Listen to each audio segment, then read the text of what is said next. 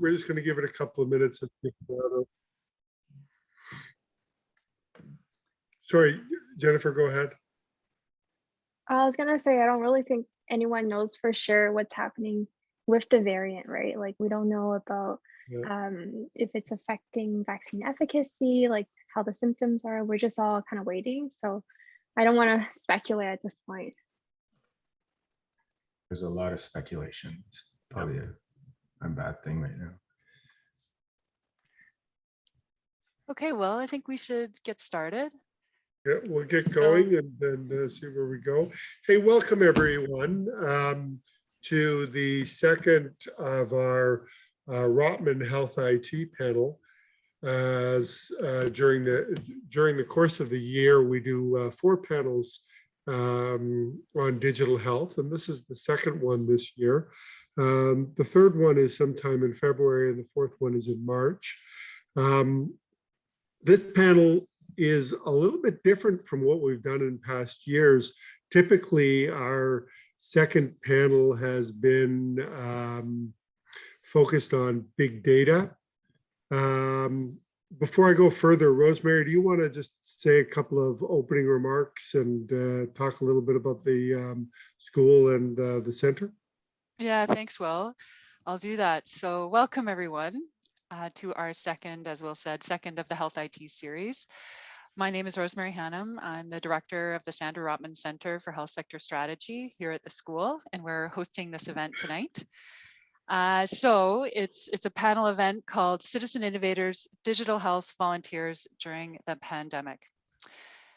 Although this event is taking place virtually, we wish to acknowledge this land on which the University of Toronto operates. For thousands of years, it has been the traditional land of the Huron-Wendat, the Seneca, and most recently, the Mississaugas of the Credit River. Today, while we are meeting virtually, Toronto is still home to many Indigenous people from across Turtle Island, and we are grateful to have the opportunity to work on this land. So hello, everyone. And as I said, welcome to the second event in our HealthIT series. We have a terrific panel lined up for you tonight. 4 tireless volunteers who provide daily data to the public on the pandemic. Daily case reporting, reporting on elders in care homes, cases in schools, and vaccination clinics. And our host and moderator tonight is Will Falk, who you just heard from. Will splits his time since retiring from PwC among several organizations that are trying to improve healthcare through policy and digital innovation. He's a senior fellow at the C.D. Howe Institute, and he has an appointment with us here at the Rotman School as an executive in residence.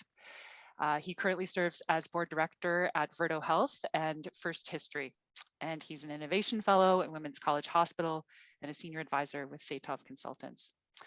And before I hand it back to Will, just a quick word on our research center, the Sandra Rotman Center. We're supported by the school and the Rotman family, and we focus on 3 main areas. First, we support faculty that are doing research and thought leadership on health sector challenges. Second, we have a suite of educational programming for emerging and senior leaders in healthcare management. And third, we do outreach events like this one to help connect our students to the broader sector and also convene our alumni and the broader healthcare community, not only in Ontario, but across the country. And I just wanted to mention our newest program, the Global Executive MBA for Healthcare and the Life Sciences. For anybody considering an MBA, I would encourage you to consider this one. It's a full MBA focused on the health sector and also has a global component. And our 4th class started last month, and we're recruiting for next year. So those are my remarks. Will, back over to you to get us started. Super, thanks, Rosemary, and thank you to the 4 panelists who have joined us today. I'm really excited about this panel because it's a very different take on a topic that we've covered in other ways in past years. And typically the second of our 4 panels has been about big data or data science or how information is gathered. And we've had, a whole variety of folks over the years who have talked to us about various slices of information. But this year, with COVID in the second year, as Rosemary and I were looking around and thinking about it, we realized that the innovation that's happening in information right now during COVID has in many cases been led from the grassroots, been led by citizen innovators like the 4 panelists that we have here today. And I'll just say about these 4 individuals who I've now had the chance to talk with about this stuff over the last few weeks. So impressive to me that while they each have day jobs, in fact, they each have big day jobs, they took time as the pandemic rolled forward to bring information forward that has been vital for us. And, you know, without kind of embarrassing any of the 4 of them, I literally look for each of these 4 individuals in their data streams on a regular basis for at least 1 2-month period during the pandemic. For each of the 4 of them, I've done that, and in some cases still do, and I'm just so impressed by what they've accomplished. They're going to tell you their stories, and they're going to talk to you a little bit about how they did schools reporting, long-term care reporting, overall pandemic reporting, vaccine hunting, and scheduling. And so I won't go into that in too much detail, except to say again how impressed I am by what each of the 4 of them have done. Having no better reason than alphabetical order, we're going to use alphabetical order. So Ryan, Ty, Jennifer, Andrew. That's alphabetical order by last name. So Ryan's going to talk a little bit about the long-term care reporting. Ty is going to talk about some of the education reporting that he and the team and I should have said, Ryan's going to talk about the long-term care reporting and the work that he's done in part with the team at Ryerson. Ty is going to talk about the work that he's done on education with the team at the local. Jennifer, who I'm going to guess everyone on the call uses Kwan on a daily basis the way that I do. Now Monday, Wednesday, Friday, but as a daily basis. And then Andrew Young is going to tell us about the vaccine, about Vax Hunters Canada and their story, or Vaccine Hunters Canada and their story. What I'm hoping we'll do here, guys, is tell each of the stories, but then drop back and have a bit of a discussion about the whys and wherefores of why citizen innovation makes sense and whether there are implications in the longer term for how we organize our data systems and how we think about open data in the healthcare system to bring the information forward. I think I'm going to stop talking, unless I forgot to do anything, Rosemary, which I don't think I did. I didn't say that I was on the Mohawk land grant that was awarded to Joseph Brandt for Revolutionary War service. But I should have said that. So Ryan, you're going to kick us off, and then we're going to roll through. Each of the panelists have something they want to show you as they go through. So Ryan. Perfect. Thanks. Appreciate the opportunity to be here alongside many other great innovators.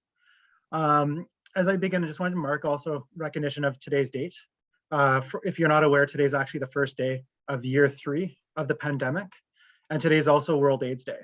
And I want to recognize that too, because of the many efforts of academics and clinicians in Africa, and it's because of their hard work monitoring the HIV/AIDS, the viral mutations and their infrastructure that they're able to detect the latest variant at the speed and pace that they did. And so I sit here wearing 2 hats. I sit here wearing the hat of the citizen innovator and also the hat of a digital health entrepreneur. So this means that I'm always looking for opportunities to help Canadians with national digital health infrastructure 7 days a week. And back when the pandemic first started, my initial gut reaction was to leverage the day-to-day activities that I normally do, which focus on healthcare system navigation, patient awareness of healthcare service availability, because I've been working on that for the past 10 years. And there are a lot of synergies between that and the hard work of vaccine hunters. So my initial response back in March 2020 was sending a number of proposals to the federal and provincial government saying, hey, we have a locator, we can show information about healthcare services. But at that time, their focus was on PPE. And there was a bit of a lagged response. However, at that same time, Dr. Samir Sina and his team over at the National Institute of Aging reached out because they recognized that same infrastructure that showed the locations of hospitals, clinics, pharmacies across Canada could also be used to help provide awareness and visibility into the impact of the pandemic on long-term care homes and seniors living in those homes. And as part of the discussion at the end of March, it was the awareness that there was a lot of scrambling to respond to the pandemic, but there was very little visibility and across the spectrum in terms of the impact of the pandemic on those homes. And this affected everyone from family members concerned about their relatives in those homes, everyone from those trying to coordinate or report on those homes as well.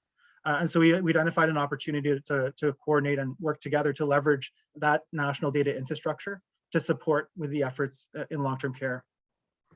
And so while talking, we recognized that even though our locator had all other locations of the healthcare system, it did not have any of the long-term care homes.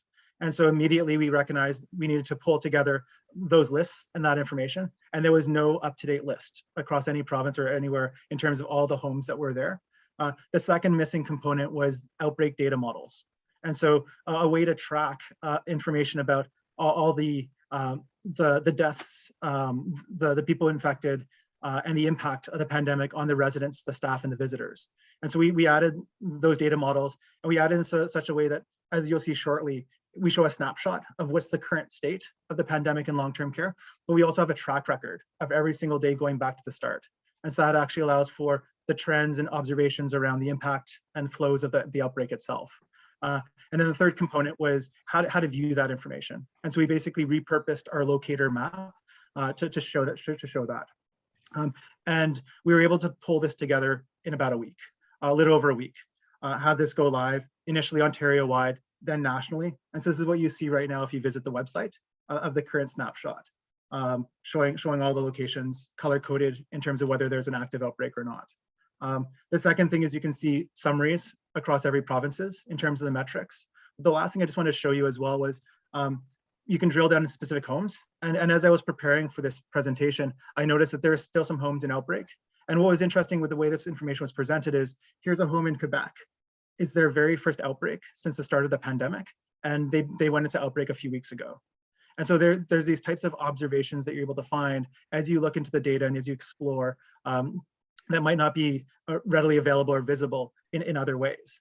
And so in terms of behind the scenes, who helped put this together? So we pulled together an OpenData working group of about 10 volunteers and staff who pretty much on a daily basis collected this information from news reports, the individual homes, public sector reports, and the like, and then consolidated that information because there might be mixed information that's out there, and made it readily available through the platform itself.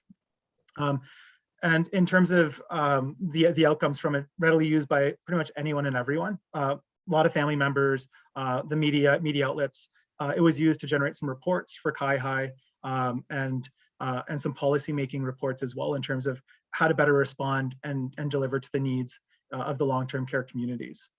And so that's essentially a high-level overview of our efforts and what we put together. And I look forward to discussing in greater detail, like the role of citizens in helping augment the healthcare system, because I'm seeing similar trends over the past couple of years around, I guess, trends from like a Web 2.0 institutional to more community-based Web 3.0 processes that all of our efforts tie to. Ryan, how many versions of this have you guys rolled through since the start of the pandemic? Well, it's sort of a rolling change in terms of the platform itself, but pretty much we were making adjustments to it throughout much of the first year and just constantly tweaking it a little bit based on the types of data we came across and the like. Because I remember I was writing a report on long-term care for CFHI at that time. And I remember when you guys started dropping the information, and it was so impressive. Now, you started with Ontario first, and then you rolled to other provinces. Is that right? Pretty much days apart, within a matter of a few weeks. Okay, so I was the only one who would have noticed it. And you've got retirement homes as well. Because you operate in both worlds, I'm going to ask you this question, and if you want to think about it and answer it later, you can. Mhm. If this had been publicly procured through a normal public procurement process, Mhm. how long would it have taken for that public procurement process to result in a workable beta model? It's hard to answer that question. I know that it would take a very long time. And the reason why I say it's hard is because I have yet to successfully go through that process with our different initiatives in terms of the public sector. But I do know in terms of the risk aversion about sharing this information, what to share, and in terms of the vendor engagement and the like, it would nowhere near be able to respond to this as fast enough, and it would likely not be able to leverage the past technology to support it. Fair enough. In the way that we did. Let's come back to that maybe in the discussion. Ty, you're up. Go ahead.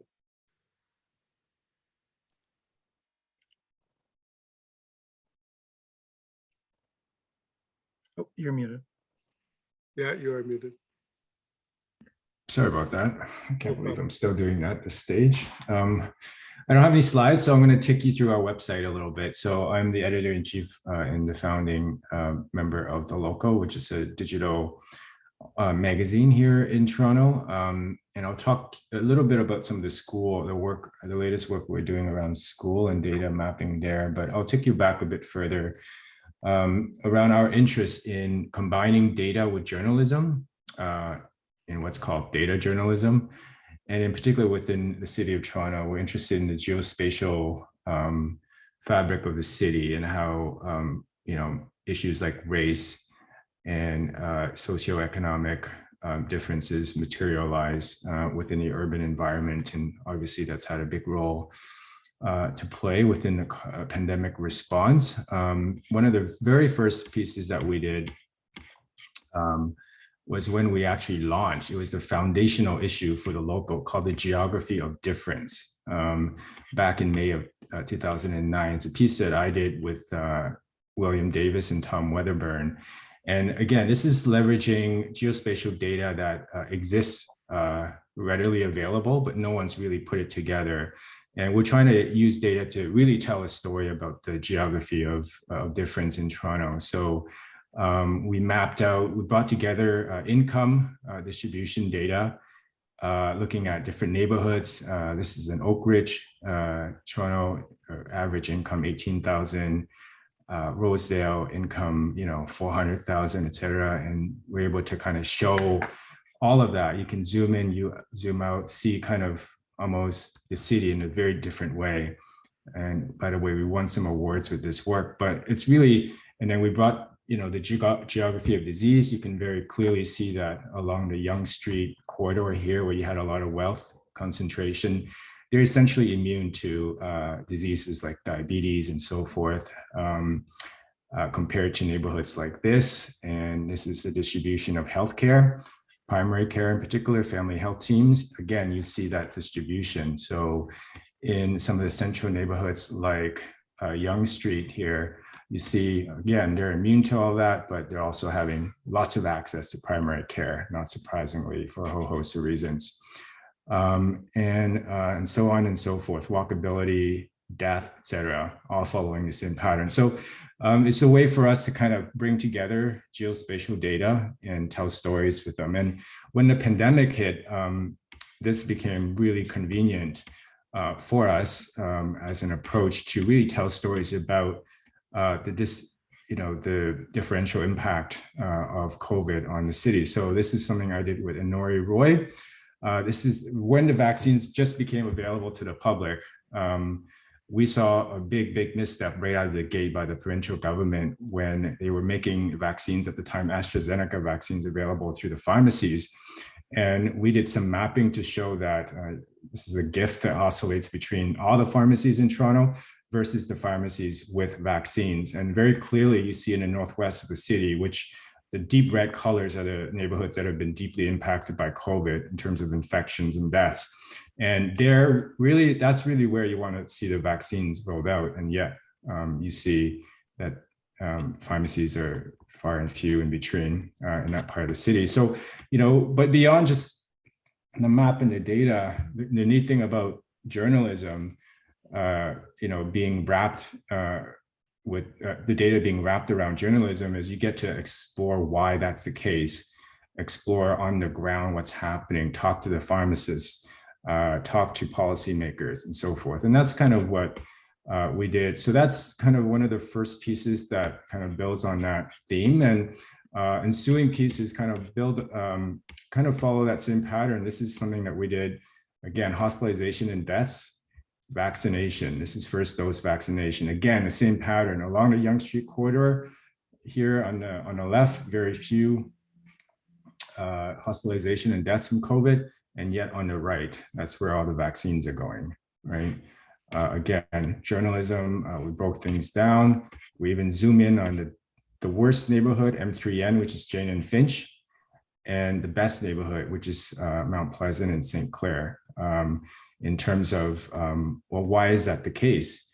Vaccine disparity has a lot to do with vaccine access, and those dots there represent the pharmacies and the vaccination clinics around those neighborhoods. So, this began to kind of tell that story. And I think the piece that really, made an impact as far as the locals' influence on things in the city was a Hotspot Tracker. I think, Will, you were talking about this privately with me previously, but when the vaccines were being rolled out, I started something called the Hotspot Tracker that on a weekly basis provided updates on where the vaccines were going. And you could see each dot is a postal code in Toronto.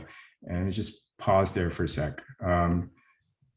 So you see these dots up here are the ones that have high vaccine COVID cases, and yet along the horizontal, that's the vaccination rate. So you see these neighborhoods that are deeply impacted by COVID, again, trailing the neighborhoods that were pretty safe from the disease. And this became really the tool that a lot of the mobile vaccination teams in Toronto used to stage where the pop-up clinics were going to be located. So, they would pick a neighborhood that's up here, for example, L4T or L6B, and really stage clinics there. And of course, vaccine hunters help kind of promote some of those things.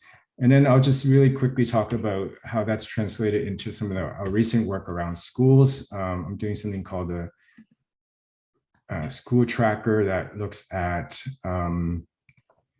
the distribution of COVID cases in Toronto public schools. And you can almost see, this is like 13,000 rows of data in like 10 seconds to see where infections are happening, what school. I'm going to disclose where I live here, but you can kind of see where you live and figure out, how safe your neighborhood is, where the infections are, et cetera. Anyways, that's kind of what we do at the local. Again, I'll stop sharing. A lot of that is just, open data that's readily available, making connections, telling human stories, using journalism as a way to provide context, and to make sure the data is relatable to individuals.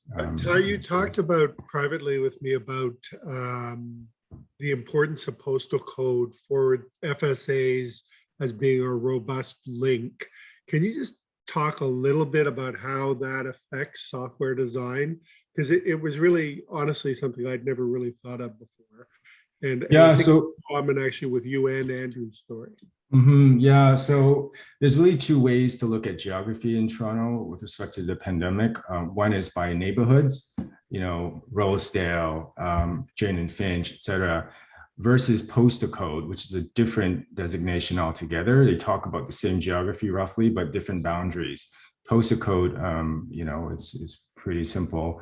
So early on, when we're starting to do this mapping, I was talking a lot with people at Toronto Public Health, and Toronto Public Health, because they're part of the city of Toronto, they're almost tied to the Toronto neighborhoods, 140 neighborhoods. That's their framework for everything. And I kind of said to them, no, I'm not going to report things by neighborhoods. We're going to report it by postal code, because as far as vaccination is concerned, when you stage a vaccine clinic in these neighborhoods, most people do not know their neighborhood, whether they're in boundary or not. They don't. Right. They simply don't. Us policy wonks might, but most people don't. The average Torontonian doesn't know. But everybody knows what their postal code is. The first 3 digits, FSAs. And that really became the foundational element of the vaccine rollout for mobile teams. And we had these T-shirts printed like M3N, et cetera, and really easy for people. So really thinking of it in terms of human terms, reader terms, rather than policy But I also had terms. people saying, oh, no, unfortunately, I live in here, even though I'm a disadvantaged. It was the way people were making the comments and jokes were amazing around it. And but it also, I think, if I'm right, it allowed you to bring in a whole bunch of other data resources which were already coded to postal codes, right? Exactly. Which exactly. is why you're okay. Good. Okay, so thank you. Do you want to guess how long it would have taken if yours had been publicly procured? No idea. No idea. No, You it's used not. to be a civil servant. Yeah. You must be able to guess if you'd been in your data shop and you put out an RFP. How long would that have taken? It's actually not that hard, to be honest with you. I think it's yeah, it's just people like, I think a lot of us aren't really paid enough for what we do here. It's almost a labor of love, and that's how things Fair get enough. done. A lot of Fair digging and trying to find stuff. Yeah. Fair enough. And I've been throwing things randomly in the chat, and I forgot to encourage people to do that, and or to put things up on Twitter if they want. So I will do so now, and then I'll ask Jennifer to go next, please. Hi, everyone, and thanks for inviting me on this awesome panel. And I'm just so inspired by listening to everyone's data stories, and I'm just so impressed because honestly, I just use Google Sheets, and you guys have such amazing visualizations. But I learned so much from all the amazing work everyone is doing. So I guess a bit about myself. I'm a family physician in Ontario. I post on Twitter and Instagram as jquan_MD, and I provide updates 3 times a week on the COVID numbers in Ontario. So I'll share my screen. Okay, so this is actually like one of my first graphs starting in March of 2020. So at that time, I was hearing from my relatives in Hong Kong that they were having trouble buying masks and toilet paper. And I felt like it was a matter of time until it started affecting us here. And everyone was very kind of oblivious that there was a potential pandemic coming, and that we would be facing some changes. And I looked on the government website, and they did start posting the daily case numbers, but every day as the numbers were rising, it would replace yesterday's numbers. And there was no way to see what was happening the day before, what the trend was, if things were getting worse or better. We were unable to compare across the country or with different countries. There was no data on where cases were occurring. It was just hard to access and hard for me to understand. So I started creating a basic graph on Google Sheets just to track a few days worth. And I basically saw that there was exponential growth. So, seeing that go up, I was quite concerned. I shared that with my friends and my family. And then I sat down and started writing a letter to Justin Trudeau. And I was really worried. And I never do anything like that in my life. I never contact politicians or anything like that. But I felt like I was just one person in a country of millions of people, and I didn't feel like I would be heard or make an impact. My dad suggested that I join Twitter to share the information more widely. And at that time, I didn't understand why would I join Twitter because I never used it. So I started this, alone. I didn't know anyone on Twitter except for my dad, and I started posting and, meeting other people who were also initially concerned. So even just making these kind of simple graphs on Google Sheets, it received a lot of attention because it helped visualize that something serious was occurring. I was able to connect with many other like-minded people. For example, I met Dr. Ben Fine, who is a radiologist, and he actually started the group called howsmyflattening.ca. So they also were, collecting data, reporting on breakdown of cases, test turnaround time, ICU capacity, and other metrics, sourcing from various sources with OpenData, and breaking it down by public health units in Ontario. So I think that by combining information from many sources, it did help people to understand the situation better, including for the local community. So this is March 2020, and then this was March 2021 when we started having the variants. So over time, the data did evolve. And we started to learn more about the pandemic. We started focusing on hospitalizations and ICU and deaths, and eventually there was vaccines. First it was how many vaccines per day, then first doses, their second doses. Now we're looking for data for third doses. Obviously also with lots of effort by other volunteers, including Vax Hunters Canada, that we were able to learn information to get vaccinated. So I did feel like, lots of people were contributing their time and volunteering from different backgrounds to kind of solve the pandemic efforts. By joining Twitter, I also met people who were not just focused on data, but also, for example, meeting other people who felt like masks in high-risk settings made sense. So we founded the group Masks for Canada, and also connected with people who really cared about, long-term care, the tragedies and crises that was happening there, and founded the Docs for Long-Term Care Justice group. So I can show you what a thread looks now.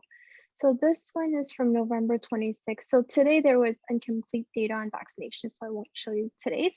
But essentially I would try and present, not just the case numbers, but more like a factual overview of the different numbers. And I get a little bit annoyed when, the media says, this is the most cases we've ever had for 3 days, and it's the record high. And I think it, causes a lot of anxiety, and there's already so much anxiety around the pandemic. So I try to present in a very factual way. And also break down the data further. So, the overview shows cases, deaths, and also resolved. But in the thread, usually I compare, for example, for the previous week, 1 week ago, looking at the Friday, because actually every weekday it's slightly, sometimes it's higher or lower. Breaking it down into vaccination status, you can see, for example, that, even though most people are vaccinated, they do only account for like a smaller portion of the cases, hospitalizations, and ICU. And then looking at it by the rates, which is also helpful because sometimes people ask, why are there similar numbers of people getting infected versus people vaccinated versus unvaccinated. But when you look at the proportion, the unvaccinated is taking a disproportionately large number of the cases, hospitalization, and ICU. So I think it's important to present that way to look at the nuances around the data. And actually, including for these charts, I did have people reach out to me from, for example, like Ontario Health, and they said, oh, we really liked it. So we basically recreated it and now we're using it, which is great. And I think that, I want to emphasize, like, I was never paid for any of this work. And, and that's okay, because I joined to create these visualizations to really give people information to protect themselves and their loved ones. And I know it's being used by people from all backgrounds, whether it's politicians or policymakers or just, people wanting to stay safe. And I think that is achieving my goal. So I guess I'll go down a bit more. I do also source, data and visualizations from other sites because, for example, this is from the Ontario Science Table. I think they do a really good job showing the rates over time. And again, I use Google Sheets and I don't have fancy data software knowledge. So this is way beyond my capability, and I really like this visualization. So I include it as part of my thread. And my data comes from Public Health Ontario, from the Ministry of Health, from various sources, just kind of creating a summary that is easily accessible for everyone. Looking at a closer view, looking at the cases versus the test percent positivity, because you can see there's a correlation, and the test percent positivity seems to sometimes rise before the cases. So it's kind of like a warning signal. Comparing cases and hospitalizations, when people are like, well, why were you looking at cases and not caring about hospitalizations? Well, we can look at both. Both are very important, and hospitalizations are delayed, as you can see from the graph. So that's why I include both, but also include this to kind of show the correlation. And then ICU numbers are very important because it affects healthcare capacity. And then now that we started, vaccinations for the younger age group, I started posting, the rates by age group to see if that improves over time. Also, this is, partially probably related to a lot of unvaccinated children in school. So hopefully the vaccinations will be helpful. And then breaking it down, by age group and gender, including the deaf demographics. So basically that is, what I've been able to contribute from a data perspective over the pandemic. And I think that, that probably helped more than just writing a letter to Justin Trudeau. And I hope that, learning to make information accessible is very important. And I think, like Ty said, like sometimes it's not just about the data, it's how you present it and visualize it to make it understandable for the general public. Yeah, I must say,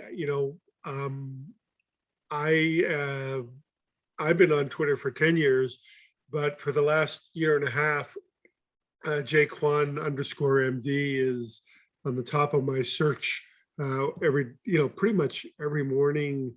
I guess that's not true because you usually post around 10 or 10:30, but I always go, and as I do with some of the other panelists at different points. But Jennifer, the degree to which, there are others, there are lots of innovators who are out there, and, Bill and Ryan and all kinds of folks have been posting great stuff, but the degree to which you became the go-to during this was really interesting.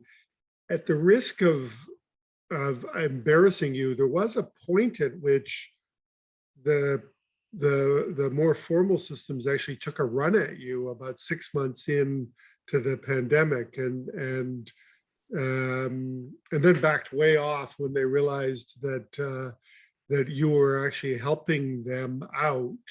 What did that feel like, and how did that play out? Thank you. So that's a great question. I think there has been at times some clashes, and I feel like, because I don't have any political affiliations, I'm not being paid. I'm really just doing what I think is right for the public. So for example, I think that some jurisdictions report deaths on a daily basis, and this is a very important metric because you're understanding the severity of the COVID pandemic, and it's a measure that is difficult to, it's more unbiased across jurisdictions, and some places report it, and Ontario doesn't, at least from, I guess, the minister's daily thread.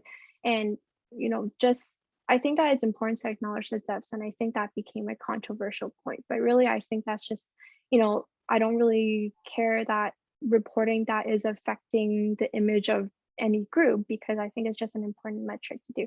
And I think that, I'm also not just looking at the publicly available sources. I also have connections to, for example, physician discussions on Facebook groups. And sometimes I would have access to information that was not known. For example, I did hear on the ground reporting from physicians working at a certain long-term care home that there was a devastating outbreak, like 100 people were infected. We started talking about it on Twitter, and then they came out and said that I was making it up or whatever. And of course, a few days later, it was verified information. But I think that, that's why it's important to have citizens involved in reporting, gathering data from multiple sources in order to paint an accurate picture. Does anyone remember that old Globe Junius quote? someone online can remember the Globe Junius quote and post it about transparency. It's something about the subject. Anyway, I'll look it up and post it. But boy, so well said, Jennifer. Andrew, do you want to take us through Vax Hunters Canada, please? Yes, thank you. I'm just going to share my single slide. So hi, everyone. It's an honor for me to be here, and special thanks to Ty for introducing me to Rosemary and Will. My name is Andrew Young. I'm the founder and director of Vaccine Hunters Canada. And if we were in person, I would ask the audience to raise their hand if they've heard of Vaccine Hunters Canada, because all this time I've just been working from home, and it's hard to really gauge. Oh, I see a raised hand. Thank you. Vaccine Hunters Canada's mission is to connect eligible Canadians with vaccination appointments and get more shots in arms. A common theme with all the panelists is we are also independent, nonpartisan, and we're volunteer run. We don't make any money from Vaccine Hunters Canada. We are a team of 70 volunteers all across Canada, and we leverage the power of social media to provide vaccine information. And over the period of time we've been in existence, we've received many donation offers, but we've always redirected them to donate to the Frontline Fund instead, which is a national charity which distributes donations to hospitals and frontline workers across Canada. So we felt that was a more worthy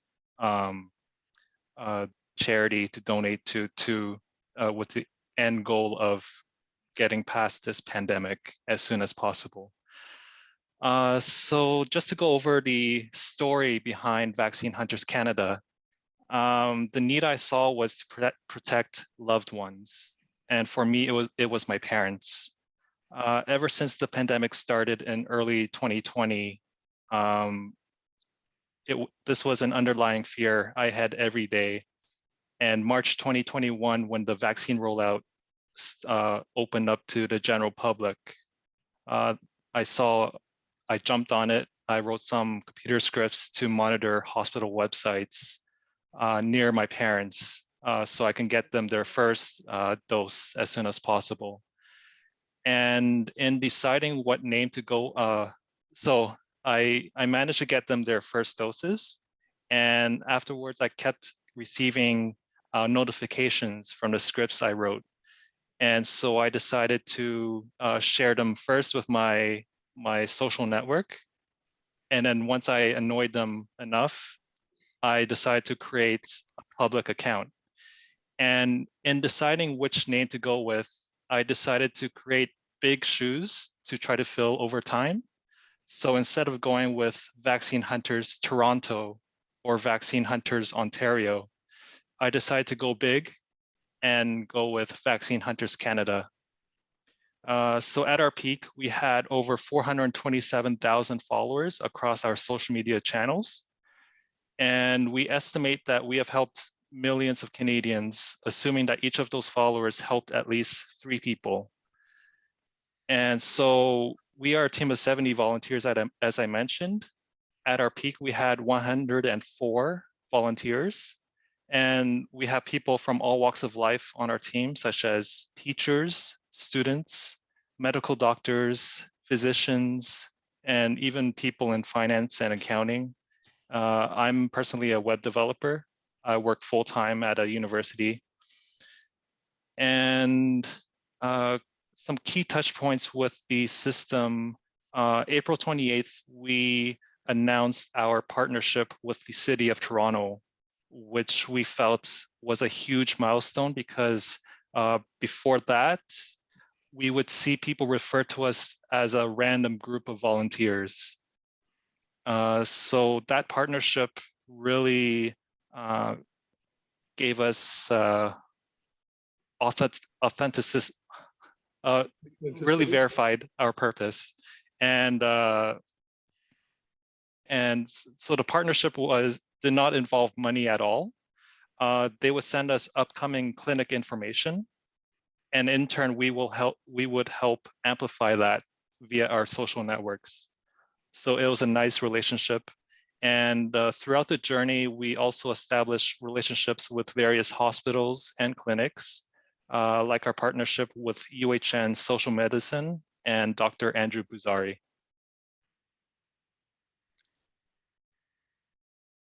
What a great story, Andrew. And roughly speaking, how many Canadians have you served? You talked about followers. Do you have an estimate of how many people you helped find vaccines? Oh yes, so at our peak, we had 427,000 followers in total across our social media channels. So that includes Twitter, Facebook, Instagram, Snapchat, TikTok, and our Discord chat server.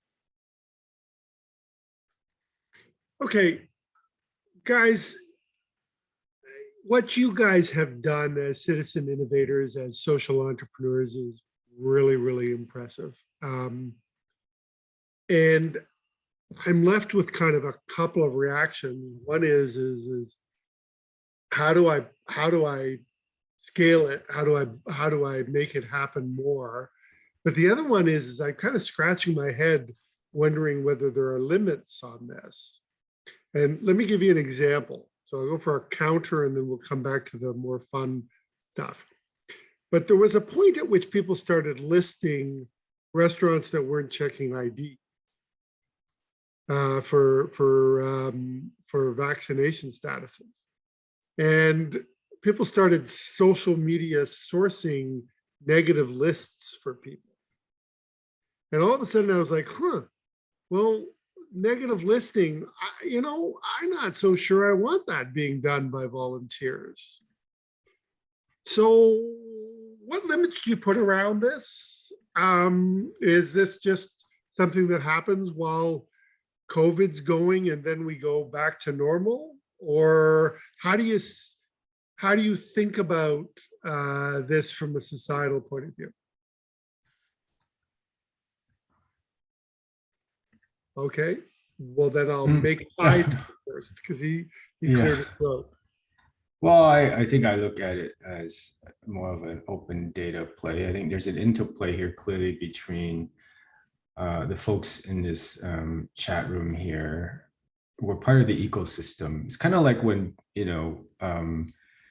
when Apple launched the iPhone and made the App Store, and then it created an ecosystem, right? And we're kind of that ecosystem. And I think it's the government agencies are the data custodian, and open data is really the API that allows citizen hackers, data journalists, info designers like us to kind of build that ecosystem. So I think governments would be smart to really think about that interplay, and not to try to have all of this done in-house, but how do you take advantage of this community that exists now? And does the community need to be formalized, Ty, or is it okay leaving it informal? I think it's kind of cool the way it is, like there's so many different groups that provide even similar things in a slightly different way. I mean, I know Jennifer, I follow your work, but there's a bunch of other people that also, publish very similar things in slightly different ways. And I think it's healthy to have that. So endpoints need to be there, and then healthy debate amongst that. I mean, Jennifer, I sometimes see you referring to some of your, I'm going to call them competitors, but I think maybe they're also collaborators, right? How do you think about, I guess I'll pick on another of my favorites, Bilious27, Bill Como. Like, how do you interact with those people?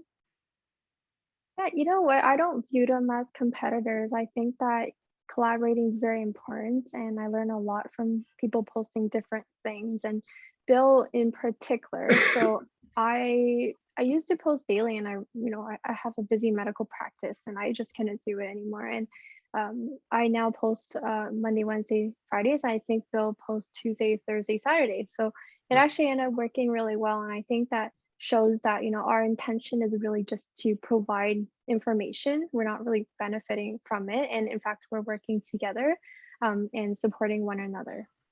And slightly different views, right? Like I don't think you publish a rate of transmission number and he does. Is that right? Mm-hmm. Yeah. Mm-hmm. And why, just out of curiosity, why do you not publish an RT? Because I actually don't know how.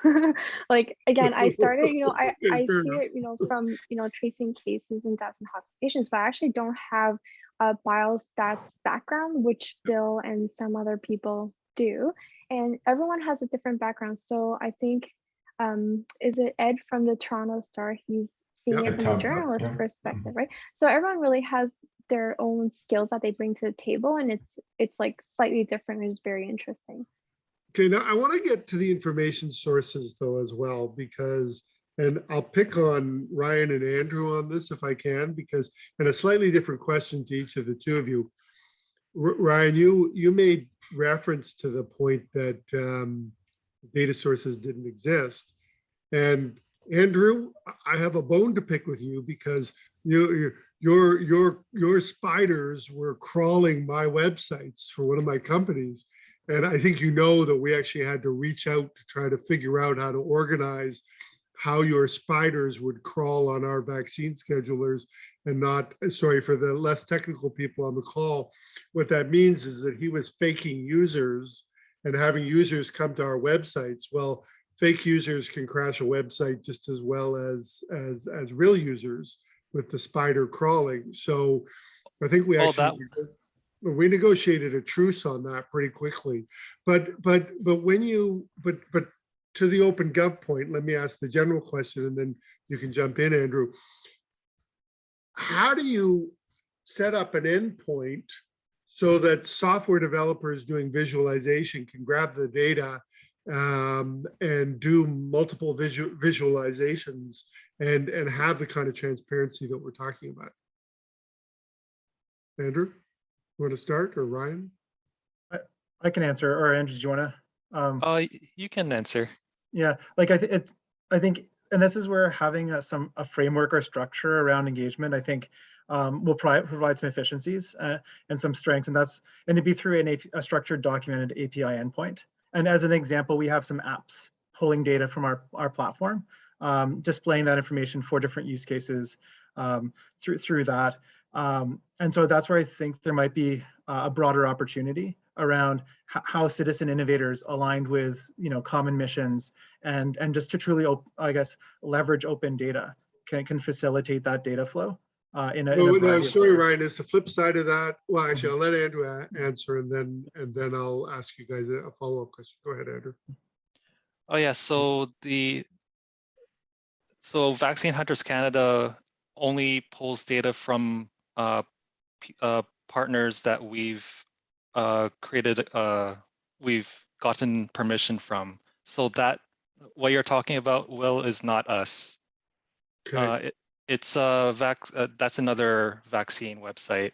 Okay. Yeah. So you were screen scraping in your early days? That was just like personal for my parents. I see. So should people be able to screen scrape? Ideally, there would be open data or APIs that people could pull data from in a responsible manner, of course, because that brings a great level of transparency of like which clinics have vaccine appointments available. And doing so would really make it an equal playing field in terms of accessibility. And I feel that Vaccine Hunters Canada helped in that regard because we found an interesting intersection between social media and public health, specifically vaccine appointments. Yeah.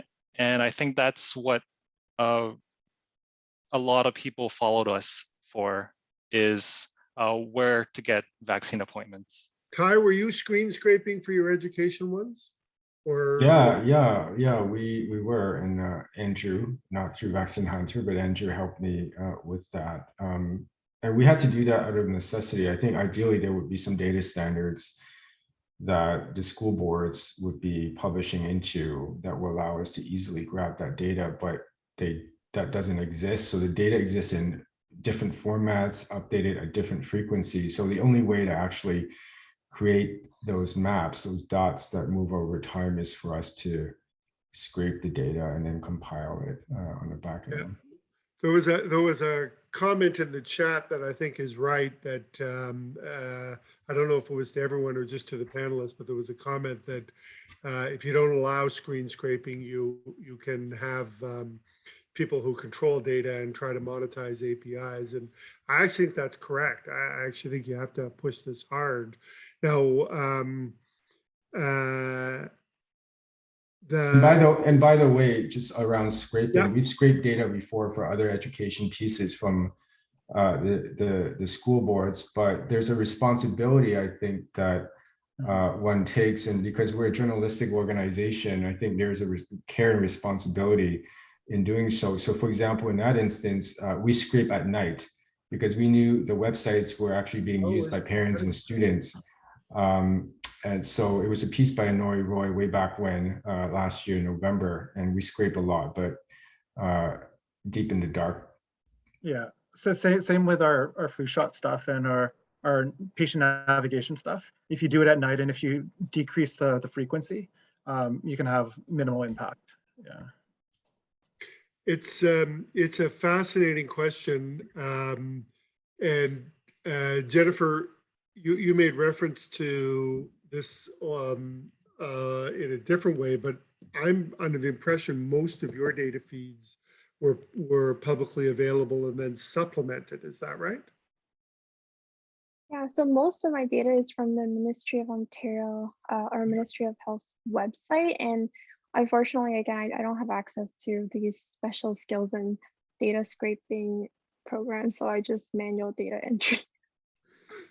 Well, and it's an interesting question because it's becoming increasingly common. And my guess is that,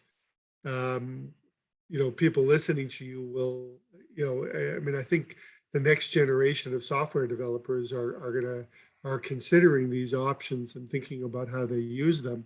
So the question of how you design and don't allow governments to block access, which I'm not saying anyone is doing, by the way, although someone did comment that on the chat, is a fascinating question. Does anyone else want to take a crack at better system design going forward on this? It's actually, maybe Ty, I'm going to put you on the spot again. Is it just a natural tendency and this is just an evolution of journalism? Because that seems to be what you're saying, is that, I mean, journalism isn't originally necessarily anything more than someone writing in a journal, right? Like a diary was a journalist originally. Yeah, I mean, and data journalism, which is a subset of that, has really grown in the last decade or so. I think because governments are now more willing to open up their data sets through open data initiatives. So it's really a great place, a deep reservoir to really find stories and find interesting things. Of course, I think governments have been reluctant to actually make everything open data, because they don't want to look bad.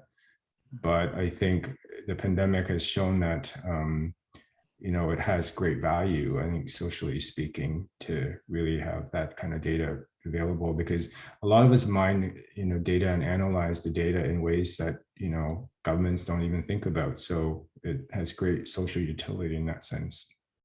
Maybe I'll just, Ryan, I'll go to you for a second. I just want to explain loosely and not technically to people who are trying to follow this. Those CAPTCHA things that make you point to bridges and construction signs, those are designed to prevent people from screen scraping. And you can set those at different levels of accuracy. So if you put up if you develop a new piece of software and you find a whole bunch of people scraping you, you make it so that you can prove that those people are humans. But on the other side, if you want to support someone who's doing it, you figure out who was screen scraping, you go to them and you give them access to your API and you let them in the door the front door rather than forcing them to come in through the window, which is what screen scraping is. So just to kind of briefly do that. And this interplay of what is, like, again, and Ryan, I am going to go to you, I promise, but the interplay of, okay, I'm going to get myself in trouble here.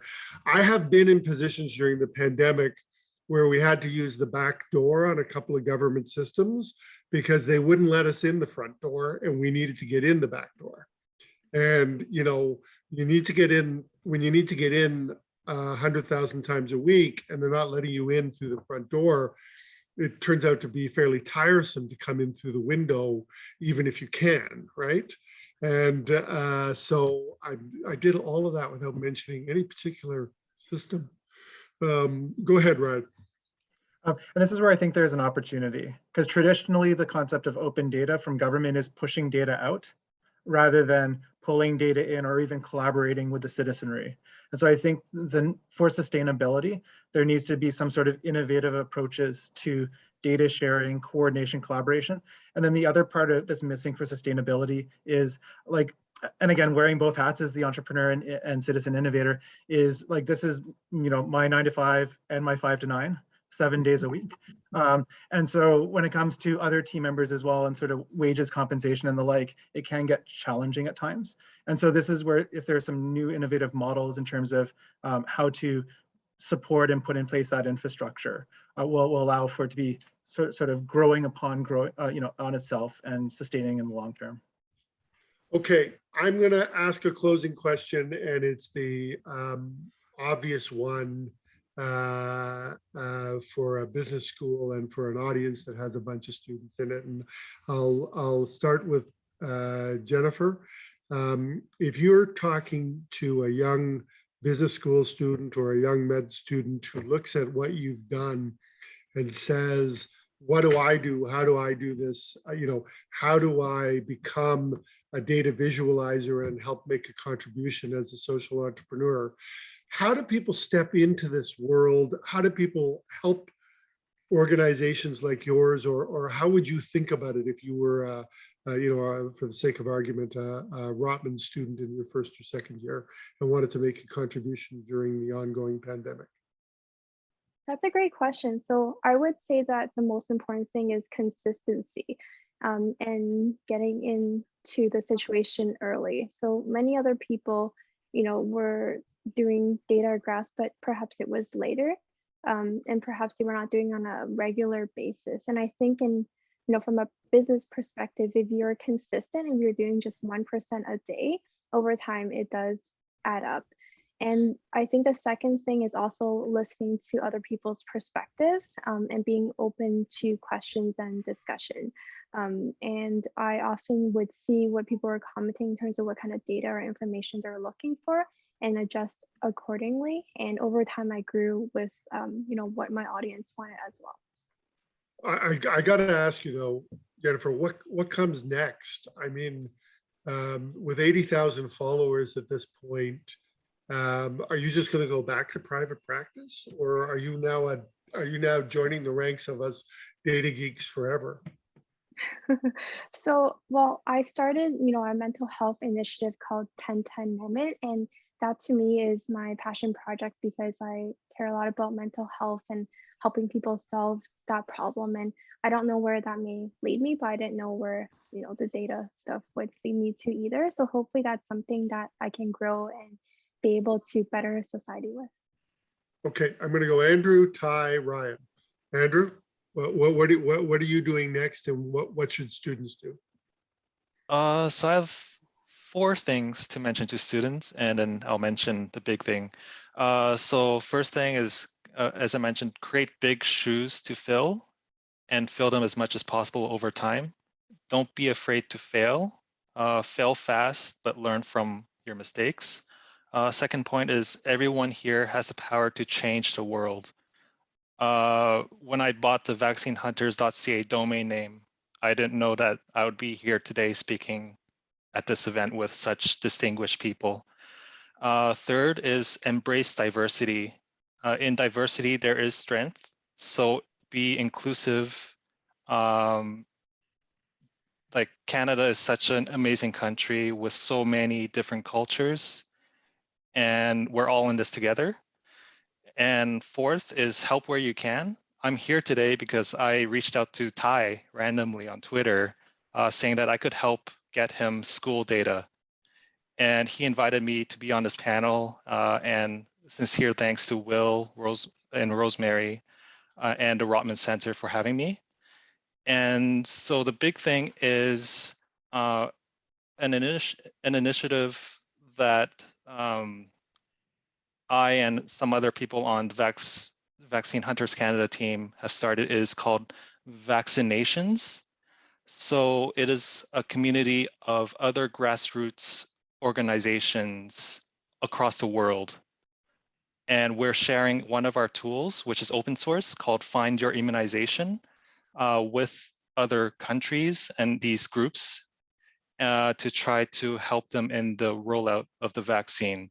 So we're in contact with a group from New Zealand, Japan, I believe a Ugandan group as well. And this is vaccine equity is something that is very important as the new variant has so rudely awakened many of us. And we are so lucky in Canada to have the supply that we have. And yeah, we need to do more to ensure everyone in the world has access to a vaccine. Ty? Yeah, I'm not sure I have too much advice. I'm a terrible career planner that way. So to those MBAs, I'm actually a Schulich MBA, by the way, so no offense. But just, yeah, follow your interests, I guess. I mean, I have a science degree from UT and did my MBA, and then I ended up at OCAD doing my design degree. So a lot of my work kind of brings together design and business and science all together. I hope that shows in some of the work that we've done. But where do we go next? I think, I just want to go back to, doing stuff that's not related to COVID. So some of the approaches that I mentioned, I mean, we started in 2019 when we launched the local. It's nothing related to COVID or the pandemic, and we want to return to that. In fact, we've got some big issues planned for 2022. We're doing a huge thing on climate change in the urban environment. So again, using data journalism to really map out the city, look at different patterns and trends. So yeah, that's kind of what we're looking forward to. My friend, you have totally changed the discussion around equity in this city, in this country. So I've always been a supporter of the local and always will be, but you guys have really changed the discussion in a way that no one can ignore during COVID, and the hotspotting stuff and the other issues really just, I think, opened a lot of people's eyes, and that, of course, as Andrew quite rightly points out, has been re-emphasized again this week with Omicron. Ryan, last word to you. Actually, I'm lying. I'm going to say something to close, but go ahead. Second last word to you. No worries. Thanks. I guess in terms of advice, I'd say, pursue your passion, and that, it might be a mixed path in terms of opportunities and what to explore and when to explore it, but continue to drive forward and pursue it, because you never know where it'll lead or the level of impact that it can provide. And then the other point in terms of, I guess, next steps and focus. So on the long-term care side, I'm a bit concerned with those new outbreaks and those new homes that I'm noticing more recently. Only a few, hopefully not many, but continued progress around that. And then the other side of the fence, I'm looking heavily in terms of possible involvement in efficiencies related to supply chain, in terms of boosters and the like. And so I'll be reaching out to Andrew to have some conversations related to that. And then the other aspect is I am excited by, and as Will mentioned, we always bring on a lot of interns. We'll be looking to hire quite a few in January in the new year. And the other thing we're looking heavily at is the change in Ontario, related to Ontario Health teams on Ontario Health. and just the patient-centered care and the opportunities around coordination around equity. And I'm very excited by the changes on that front too. You know, the four of you are so inspiring individually and collectively. Obviously on the data stuff, we've got a whole bunch of work to do as we come out of the Empower, right? Ryan, the new name of I Am Sick, Empower Health.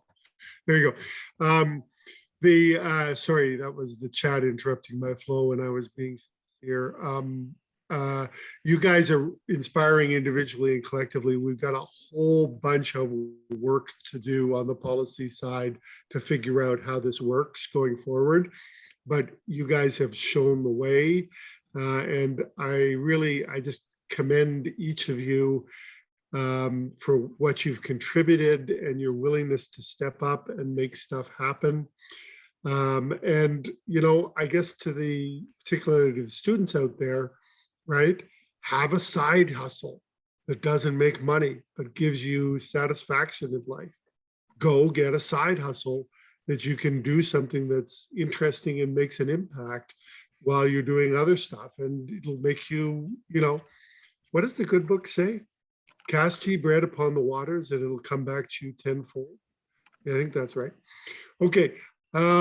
Closing with that, I just thank you all. Rosemary, we have our next panel in the new year. Yes, so there's the next. There's something next week though, right? Yeah, our last panel for the year with the center is next Wednesday, December 8th. We're going to be looking at value-based care in the time of COVID. So our academic director, Brian Golden, will be moderating a panel of a couple of folks from Medtronic and an individual from Belgium who's been implementing value-based care over that way. So it should be really interesting. Encourage all of you to join. And then Will's third panel will be in February, and the fourth one in March. We'll be posting those shortly, and everyone will get a note about that. The third one is entrepreneurs again this year. And Yeah, that's right. And the fourth one is primary care.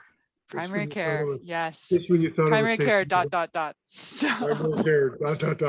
Okay, listen, thank you everyone for joining us today. And thank you again to the four panelists. You guys have done great. And that's it. Yes, huge thank you.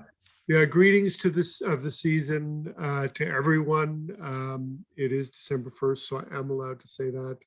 And thank you. Thanks, everyone. Thanks, everybody. Thank you so much. Thanks for the invitation. Have a good evening. Bye. Bye. Thank you. Thank you.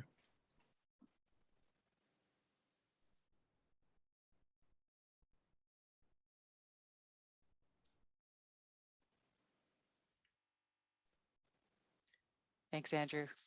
Okay, thank you. Take care.